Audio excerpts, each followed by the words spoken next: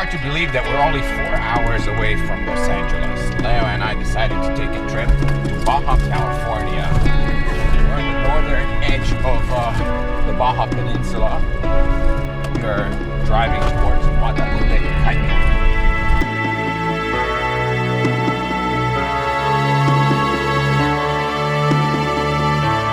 Drove along rocky dirt tracks until we reached a beautiful canyon with a little creek and a hot spring. We set up our tents by the canyon and my dad made a fire. We roasted marshmallows under the starry skies and enjoyed our first night in nature.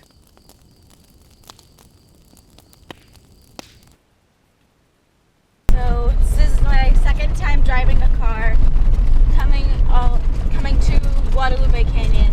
I drove for about 7 miles. How fast are you going? 31, 32 miles per hour. What do you think about driving? Feels good. I think I'm going to be ready in 16.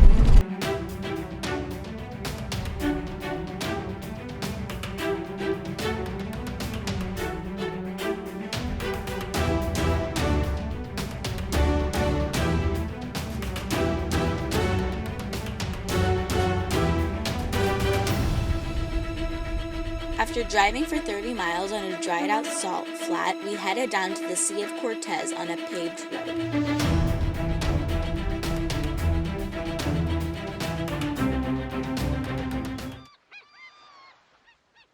The Sea of Cortez is also known as the Gulf of California. It's the sea that separates Baja California from the Mexican mainland. It is much warmer than the Pacific and hardly has any waves. It's great for snorkeling.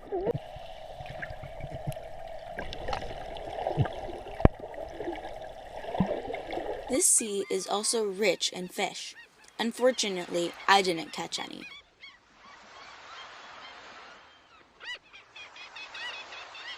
We spent the night at Bahia Luis Gonzaga at this beautiful bay behind me. Lau is already doing her favorite activity, which is Uno. playing Uno on the iPod. And we're about to hit the road. Our destination today is Bahia de Los Angeles. For those of you who don't speak Spanish, it means the Bay of the Angels.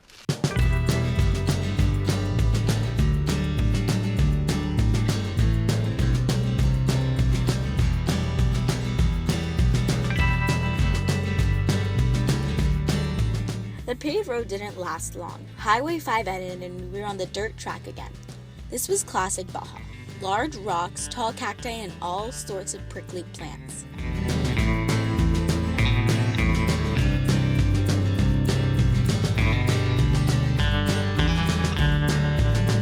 Every desert has its weird, eccentric characters. Here in Baja, California, it's Mr. Coco. Coco built this little ranch here in the middle of nowhere using garbage, whatever trash travelers left, and mostly old beer cans. Lau, what do you think of this place? It's kind of crazy. So what's going on here? Well, I see he found a boat. It's really cool. I see some old trailers. Look, I see a toilet castle thing. Well, look at that. There are some baby heads that are so not creepy. Oh, and look, underwear hanging on the roof. Looks like there's an airplane chair over there. It looks like Coco's is also a fun place for a cold drink.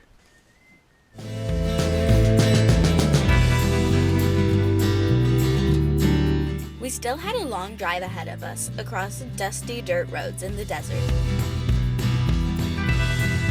We spent most of the afternoon driving in a riverbed. There was very little water in it, but at least it wasn't completely dry like all the other rivers we saw in the desert. Day 3 in Mexico. In a new place right now, still near the beach.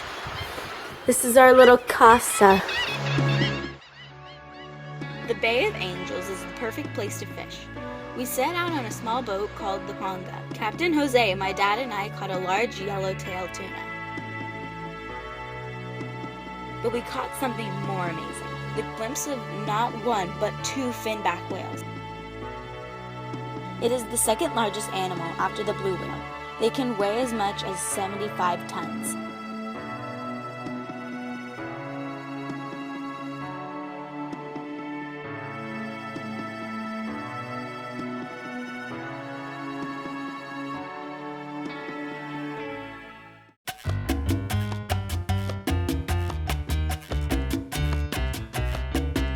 The following day we went looking for more whales. This time we headed to Guerrero Negro.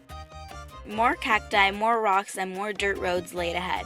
But we knew that Guerrero Negro is the best place for whale spotting. It is the breeding ground for the Pacific gray whales. Thousands of whales migrate here every year. For hours we didn't see anything other than a few sea lions. We kept searching and searching. They say good things happen to those who wait. We spotted a gorgeous gray whale and her baby right in front of our boat. Oh my god!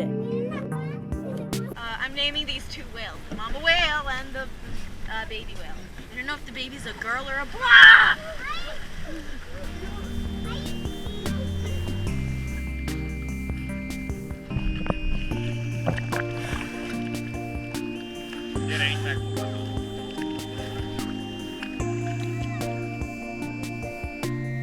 I think the whales are under our boat right now. You think? There it is. Whoa, oh my god.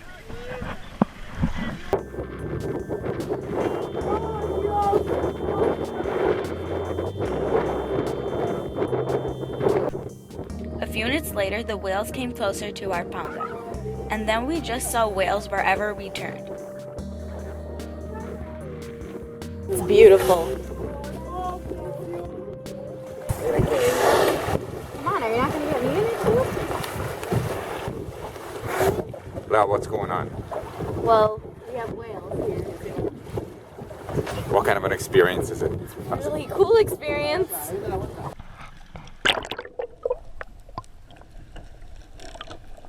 And here's one coming right now. Hello.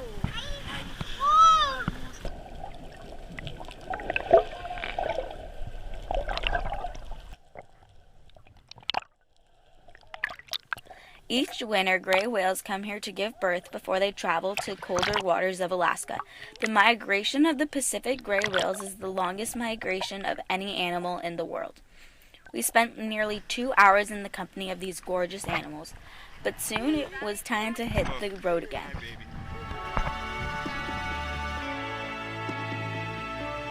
I had an amazing week on the Baja Peninsula. Driving on dusty roads, camping out in the desert, and seeing the world's largest mammals will always be an unforgettable experience for me.